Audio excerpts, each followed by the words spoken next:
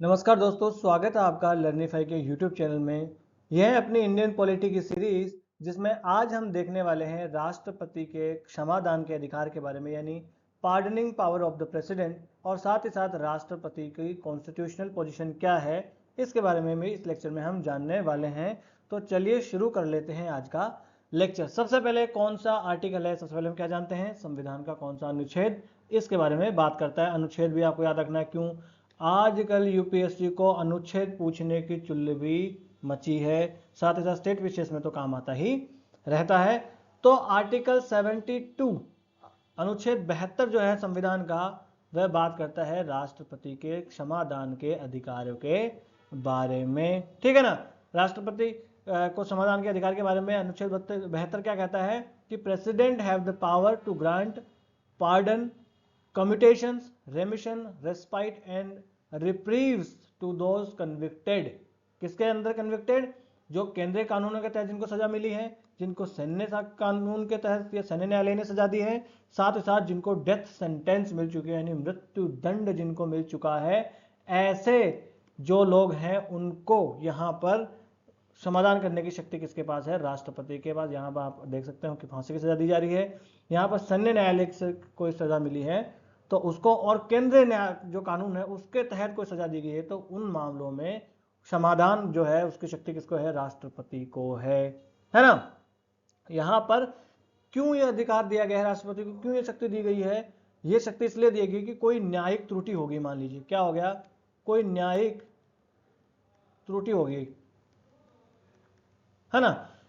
न्यायिक त्रुटि के तहत कोई कठोर सजा दे दी गई। न्यायिक त्रुटि क्या हो गया? मान लीजिए कोई ऐसा मामला था जो सुप्रीम कोर्ट के समक्ष गया, कोर्ट के समक्ष गया, और कोर्ट ने कुछ जो आपको होगी सबूत है, साक्ष्य है, उनकी कमी के आधार पर या किसी भी आधार पर जो है, या जल्दबाजी में कोई मानवीय त्रुटि के कारण सजा दे दी, किसी व्यक्ति को कठोर सजा दे दी, मृत्युदंड वगैरह दे दिया, तो ऐसे सजा जो है एक और उसका रिव्यू हो सके, एक और उसकी समीक्षा हो सके, इसके लिए यह अधिकार दिया गया है राष्ट्रपति को।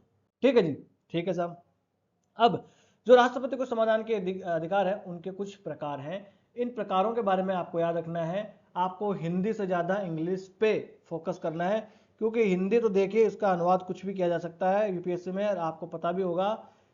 खासतौर से देखिए ये पूछा जाएगा प्रीलिम्स में, है ना, तो उसमें हिंदी इंग्लिश दोनों दिए होते हैं, और आपको पता होगा कि यूपीएससी पहले लिख देती है कि अगर यहाँ पर हिंदी इंग्लिश में असमानता पाएगी तो इंग्लिश वाली बात को सही माना जाएगा। जैसे कि यूपीएससी ने प्रीलिम्स में एक क्वेश्चन था सविनय अवज्ञा और असहयोग आंदोलन के बारे में, तो उन्होंने क्या किया, जो नॉन कॉपरेशन मूवमेंट था उसको हिंदी में लिख दिया सविनय अवज्ञा। और वैसे हम देखें पढ़ते हैं तो सविनय अवज्ञा कब हुआ था? 1930 के आसपास, और असहयोग हुआ था 1920 के आसपास। हिंदी मीडियम वाला बंदा तो फंस जाए ना यहाँ पर, हिंदी मीडियम का बच्चा तो देखेगा कि अच्छा इस हिसाब से गलत कर देगा, ये मेरे साथ हुआ था। हालांकि मैंने गलती नहीं करी थी, क्योंकि मैंने दिमाग में जैसे ही आया मैंने क्लिक करा कि ये असहयोग आंदोलन और सविनय अवज्ञा को उल्टा सीधा कैसे बता रहा है, तो मैंने इंग्लिश में पढ़ा, तब मैंने सही करा, और इसके आधार पर बहुत सारे बच्चों ने गलत कर दिया था। तो आपको इंग्लिश पे ज़्यादा ध्यान देना है। तो इस समाधान के प्रकार में सबसे पहला आ जाता है क्षमादान, सीधा ही, जिसे कहते हैं पार्डन। इस पार्डन में क्या होता है कि यहां पर कंप्लीटली पूरी तरीके से दोष मुक्त कर दिया जाता है आरोपी को।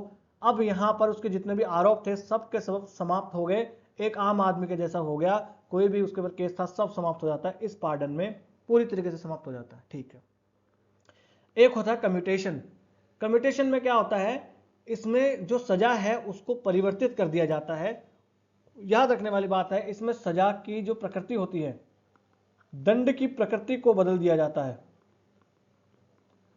बदल दिया जाता है। याद रखना, जैसे कि अगर किसी को मृत्युदंड मिल रखा है, डेथ सेंटेंस मिल रखा है, तो उसकी सजा को कम्यूट किया जा सकता है लाइफ इम्प्रिजनमेंट में, यानी पूरे जीवन काल के जो होती है सजा, उसमें बदला जा सकता है कि वो आजीवन जो है कारावास में बदला जा सकता है। किसमें? आजीवन कारावास में बदला जा सकता है मृत्युदंड को। तो इसमें सजा का परिवर्तन हो गया कि नहीं हुआ? प्रकृति का परिवर्तन हुआ ना, कि एक तरफ मृत्युदंड था उसको बदल के किसमें कर दिया, उसकी प्रकृति बदल के उसे आजीवन कारावास में डाल दिया जाता है। तो ये होता है कम्यूटेशन। फिर एक होता है रेमिशन। रेमिशन में पीरियड को कम कर दिया जाता है। क्या कर दिया जाता है? पीरियड को यहां पर कम कर दिया जाता है। यहां पर देखिए नेचर जो है उसमें बदलाव नहीं किया जा सकता। देखिए यहां पर जो कम्यूटेशन है, यहां पर ऐसा भी हो सकता है कि मान लीजिए कि आजीवन कारावास ही है मगर उसे सश्रम कारावास है, यानी कि उसको श्रम भी करना पड़ेगा, काम करना पड़ेगा, उसको बिना श्रम के कारावास में बदला जा सकता है। तो यहाँ तो नेचर बदलता है, मगर जो रेमिशन है, इन दोनों में फर्क है, जो रेमिशन है उस रेमिशन में नेचर को नहीं बदला जाता, प्रकृति को नहीं बदला जाता, उसमें प्रकृति को नहीं बदला जाता है रेमिशन में। समझ में आ गया आपको बात? ठीक है। जैसे कि एग्जांपल आप समझिए कि मान लीजिए किसी को 10 वर्ष की किसी को रिग्रेस इंप्रिजनमेंट हुई है, सश्रम कारावास किसी को हुआ है, कठोर कारावास हुआ है, उसको बदल के 5 साल का कठोर कारावास में कर दे, किसमें? कठोर कारावास कर दे।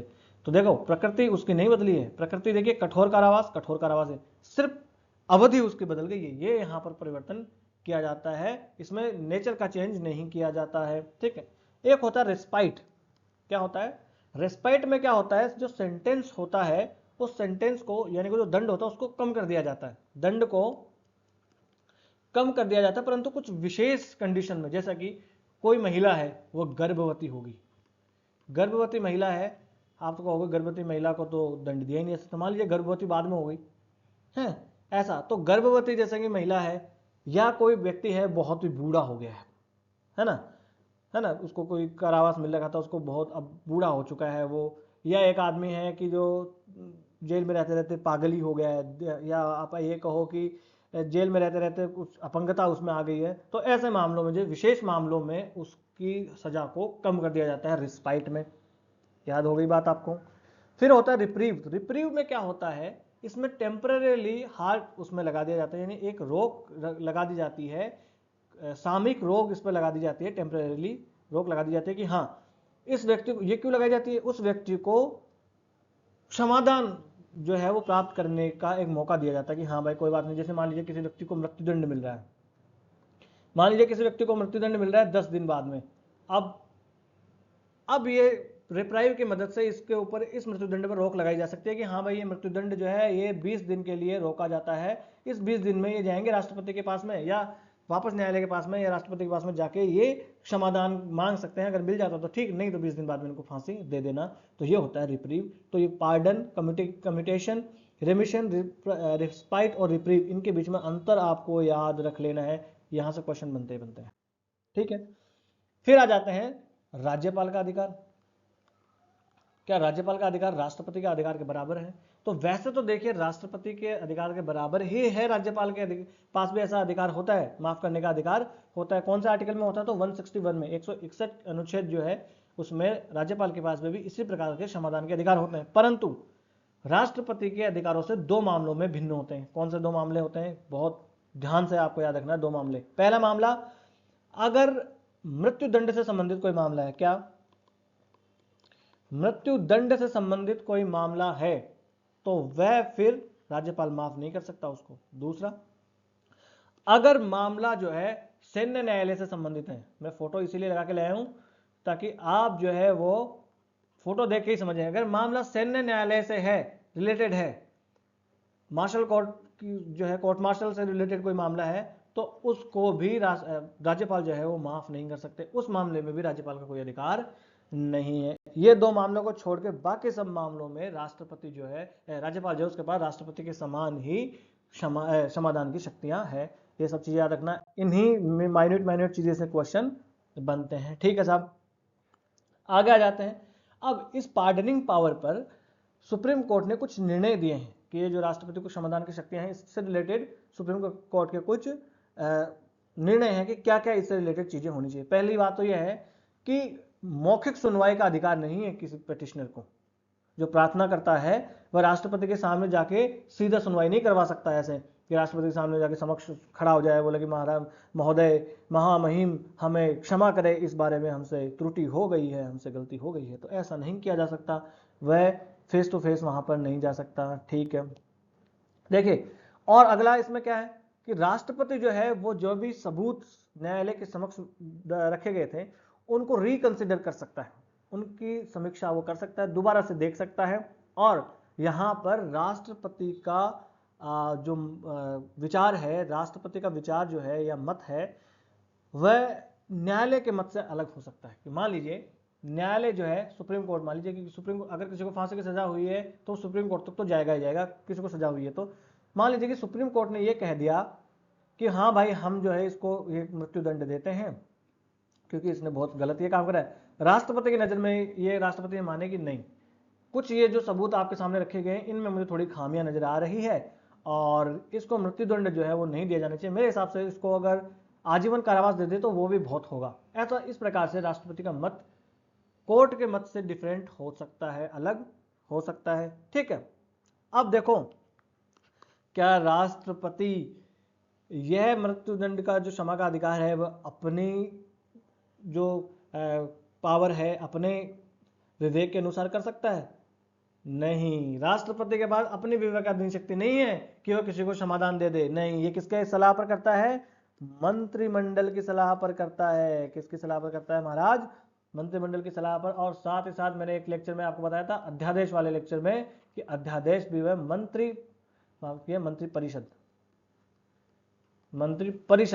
परिषद के सलाह पर ही ये किसी को क्षमा कर सकता है और अध्यादेश जारी कर सकता है। ये ठीक है, ठीक है। और राष्ट्रपति जो भी निर्णय देंगे उसके कारण बताने के लिए बाध्य नहीं है। राष्ट्रपति को बाध्य नहीं किया जा सकता कि आपने किस कारण से जो है ये वाला आपने निर्णय दिया या आपने को क्षमा कर दिया, ऐसा कारण देने के लिए राष्ट्रपति बाध्य नहीं है। ठीक है, फिर राष्ट्रपति का जो ये निर्णय है किसी को समाधान देने का, इसकी न्यायिक समीक्षा नहीं की जा सकती। अच्छा, पर सर न्यायिक समीक्षा तो मूलभूत ढांचे का पार्ट है। कौन सा केस? केशवानंद भारती बनाम केरल केस। कौन सी डेट? 24 अप्रैल 1973। ठीक है साहब, हाँ, न्यायिक समीक्षा नहीं की जा सकती ये लिखा है, परंतु कौन से दो मामलों को छोड़कर नहीं की जा सकती? देखो, अगर वो मामला आर्बिट्रेरी हुआ, यानी अपने मन मर्जी का मामला हो गया, वो कुछ देख नहीं रहा राष्ट्रपति, या इरेशनल हो गया, अविवेकपूर्ण हो गया, या डिस्क्रिमिनेटरी हो गया, यानी भेदभावपूर्ण मामला हुआ, तो इस आधार पर न्यायिक समीक्षा की जा सकती है। सामान्यतः न्यायिक समीक्षा नहीं की जाएगी, परंतु न्यायिक समीक्षा मूलभूत ढांचे का पार्ट है, इसलिए न्यायिक समीक्षा तो वह सुप्रीम कोर्ट करेगा। मगर किन मामलों में करेगा? अगर वह आर्बिट्रेरी हुआ, अपनी विम्स एंड फेंसेस के अकॉर्डिंग राष्ट्रपति ने काम किया, या वह अविवेकपूर्ण हुआ, या वह मामला भेदभावपूर्ण हुआ, तो या द्वेषपूर्ण वो मामला हुआ, तो सुप्रीम कोर्ट जो उसकी न्यायिक समीक्षा कर सकता है। और बात याद रखना, एक बार अगर राष्ट्रपति ने मर्सी पिटीशन जो है क्षमा याचिका को ठुकरा दिया तो दोबारा राष्ट्रपति के पास नहीं जा सकते। जैसे सुप्रीम कोर्ट ने अगर ठुकरा दिया तो दोबारा जा सकते हैं, परंतु राष्ट्रपति ने एक बार ठुकरा दिया तो दोबारा वापस उसी याचना को लेके नहीं जाया जा सकता। इतने फैक्ट आपको इसमें याद रख लेने हैं जो भी समाधान से संबंधित शक्तियां हैं। अब आ जाते हैं राष्ट्रपति के संवैधानिक स्थान के बारे में, क्या उसकी कॉन्स्टिट्यूशनल पोजीशन होती है। तो देखो, इंडिया में है पार्लियामेंट्री फॉर्म ऑफ गवर्नमेंट, संसदीय शासन वाली व्यवस्था अपने यहाँ है ना। ऐसी व्यवस्था में राष्ट्रपति जो होते हैं वह सेरेमोनियल हेड होते हैं, यानी कि नाम मात्र के मुखिया होते हैं। ऐसी पार्लियामेंट्री फॉर्म ऑफ गवर्नमेंट में कैसे होते हैं? नाम मात्र के मुखिया होते हैं। ठीक है साहब। और रियल एग्जीक्यूटिव होता है, वास्तविक कार्यपालिका, वो उसका मुखिया कौन होता है? पीएम होता है ना। जो मंत्रिपरिषद होती है, मंत्रिपरिषद जिसका हेड प्रधानमंत्री होता है, ये होती है वास्तविक मुखिया। ठीक है, प्रेसिडेंट के पास जो पावर है वो सारी की सारी पावर कहां से आती है? वो कार्य करेगा किसके आधार पर करेगा? वो जो मंत्रिपरिषद है, कौन है? मंत्रिपरिषद की सलाह पर कार्य करेगा, उसकी एड और एडवाइस पे ही राष्ट्रपति काम करेगा। ये लिखा है article 74 and 75 of the Indian constitution. 74 और 75 संविधान के जो अनुच्छेद है उनमें ये वाली बात लिखी गई है। हालांकि जो 53 है, आर्टिकल 53 53, कौन सा? आर्टिकल 53 जो है ये क्या कहता है कि जितनी भी कार्यपालिका शक्तियां हैं वह सारी की सारी किसमें हैं? जो यूनियन की बता रहा हूं, जो संघ की कार्यपालिका शक्तियां निहित होगी राष्ट्रपति में, वह या तो स्वयं या अपने अधीनस्थ सबऑर्डिनेट्स ऑफिसर्स के माध्यम से इन शक्तियों को एक्सरसाइज करेंगे। ठीक है, ये लिखा है आर्टिकल 53 संविधान के अनुच्छेद 53 में। क्या लिखा है कि संघ की समस्त कार्यपालिका शक्तियां राष्ट्रपति में निहित होंगी और राष्ट्रपति या तो स्वयं या अपने अधीनस्थ अधिकारियों के सलाह के माध्यम से इन शक्तियों को एक्सरसाइज करेंगे। ये लिखा आर्टिकल 53 में।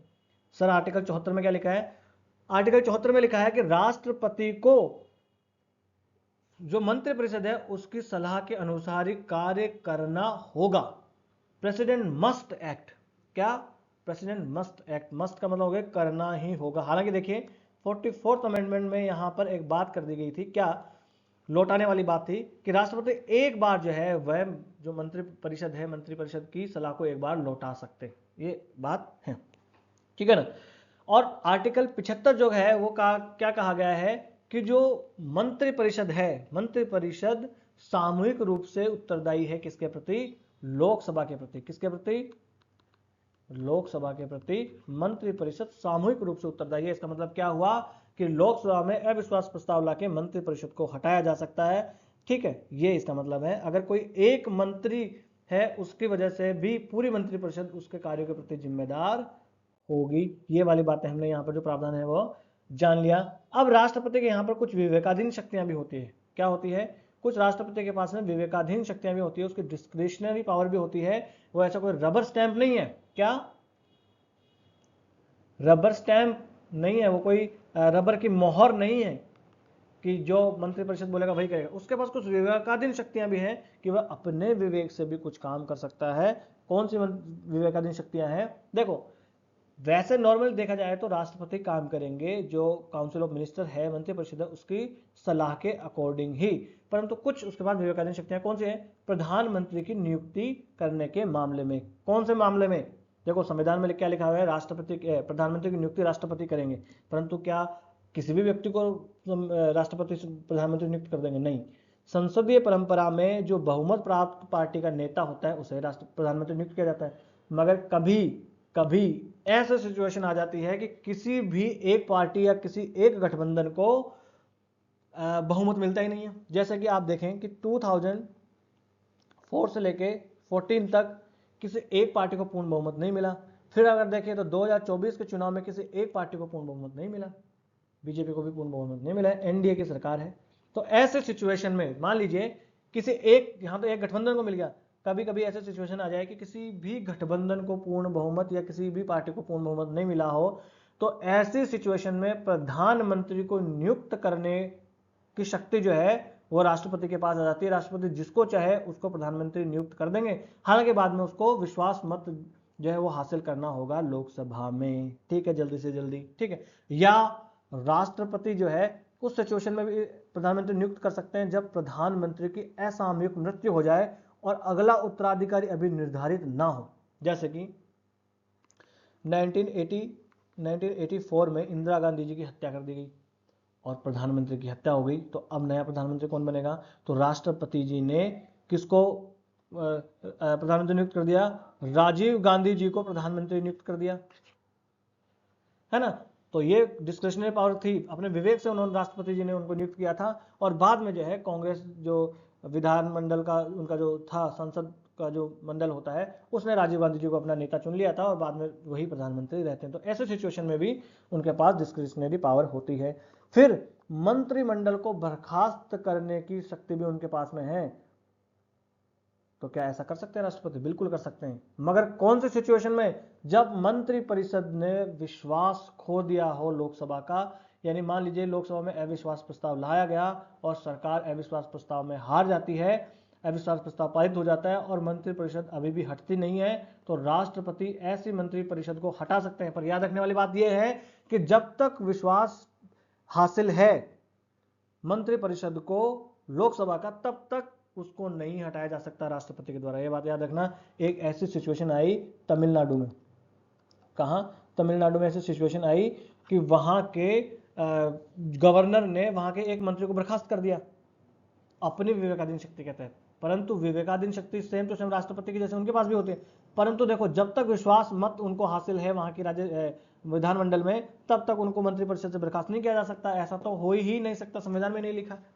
तो याद रखने वाली है ये बात, ठीक है। फिर अगर लोकसभा का गठन हो, है ना, माफ कीजिए, लोकसभा का विघटन करने में भी इनको राष्ट्रपति जी को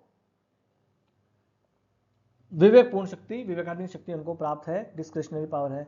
कब? जब जो काउंसिल ऑफ मिनिस्टर्स जो है वह बहुमत खो देती है और कोई भी पार्टी है नई सरकार बनाना ही नहीं चाहती इस वक्त, उस वक्त जो है लोकसभा का विघटन किया जा सकता है राष्ट्रपति के द्वारा। हालांकि सामान्यतः राष्ट्रपति जो है लोकसभा का विघटन करते हैं, प्रधानमंत्री उनकी मंत्रिपरिषद के कहने पे करते हैं, परंतु कोई भी अब विघटन हो, कोई एक सरकार गिर गई, कोई दूसरी सरकार, कोई गठबंधन, कोई पार्टी बनाना ही नहीं चाह रहा, उस टाइम तो फिर राष्ट्रपति अपनी विवेकाधीन शक्ति के तहत डिजोल्व कर सकते हैं, विघटन कर सकते हैं लोकसभा को। ठीक है।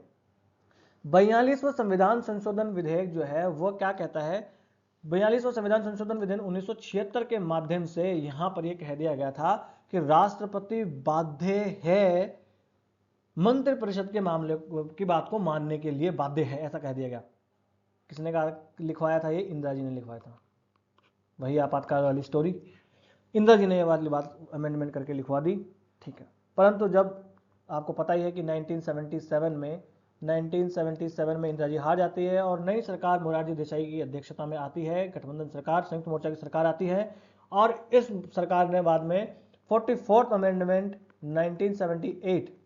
1978 के माध्यम से ये लिख दिया गया कि राष्ट्रपति एक बार जो है वह रिकंसिडरेशन, पुनर्विचार के लिए लौटा सकते हैं किसी भी मामले को मंत्रिमंडल को। हालांकि दोबारा मंत्रिमंडल वही मामला राष्ट्रपति के पास भेज दे तो राष्ट्रपति फिर उसको मानने के लिए बाध्य है। ठीक है।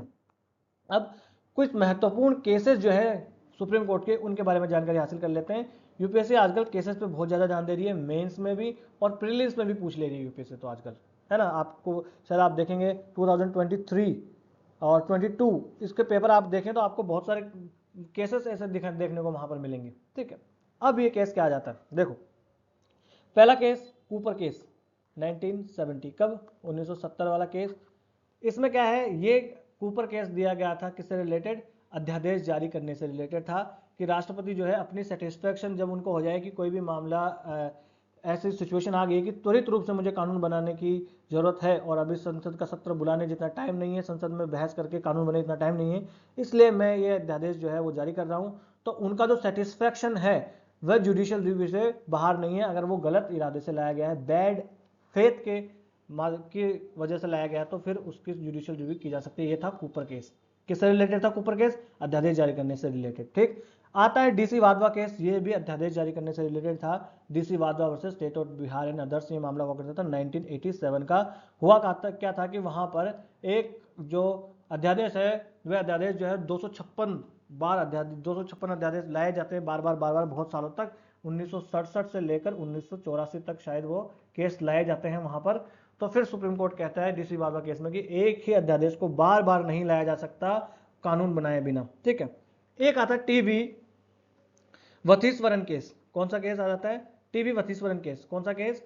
टीबी वथीश्वरन केस आ जाता है 1983 का। ये केस क्या था साहब? तो इस केस में ये था, सुप्रीम कोर्ट ने ये कह दिया कि जो प्रेसिडेंट की पार्डनिंग पावर जो है ना, वो एक एग्जीक्यूटिव एक्शन है और वो एग्जीक्यूटिव एक्शन जो है वो जुडिशियल रिव्यू के बाहर नहीं है। हालांकि उसका जुडिशियल रिव्यू नहीं किया जा सकता, परंतु अगर वह मनमानी पूर्ण मामला है, आर्बिट्रेरी मामला है, तब उसका जुडिशियल रिव्यू किया जा सकता है। तो टीबी वथेश्वरन केस में 1983 में सुप्रीम कोर्ट ने क्या कहा? सुप्रीम कोर्ट ने कहा कि जो प्रेसिडेंट का समाधान का अधिकार है वह एक कार्यकारी मामला है, एग्जीक्यूटिव फंक्शन है राष्ट्रपति का। ठीक है। और साथ ही साथ उसका जुडिशियल रिव्यू नहीं किया जाएगा। परंतु अगर वह मामला आर्बिट्रेरी हुआ, मनमानापूर्ण कोई मामला हुआ, द्वेषपूर्ण कोई मामला हुआ, भेदभावपूर्ण कोई मामला हुआ, उन मामलों में राष्ट्रपति के इस निर्णय की यहां पर जुडिशियल रिव्यू न्यायिक समीक्षा की जा सकती है। तो ये सारी बातें हो गई सुप्रीम कोर्ट से रिलेटेड केसों के बारे में। तो आज इस लेक्चर में हमने क्या क्या देख लिया, इसमें हमने राष्ट्रपति की क्या पोजीशन होती है, क्या पार्डनिंग पावर्स होती है, इनके बारे में हमने जानकारी हासिल कर ली है। और बस आज का लेक्चर कर लेते हैं यही समाप्त। और इस लेक्चर की अगर आपको पीडीएफ चाहिए तो आपको पता है कहाँ जाना है, लर्निफाई अनलॉकिंग नॉलेज के नाम से टेलीग्राम पे अपना चैनल है, यहाँ से आप स्कैन कर सकते हैं और डिस्क्रिप्शन बॉक्स में लिंक भी दिया हुआ है। वीडियो अगर आपको अच्छा लगा हो तो लाइक कर दीजिए और चैनल को सब्सक्राइब कर लीजिए। और भी आपको कोई भाई बंधु मित्र सका दोस्त हो तो आप अवश्य चैनल को रिकमेंड करें। और आपको कोई सलाह लेनी हो या कोई सलाह देनी हो तो आप अवश्य कमेंट बॉक्स में लिखें। और बड़े ही लोकतांत्रिक ढंग से हम अपने छोटे से परिवार को आगे बढ़ाएंगे। नमस्ते, धन्यवाद।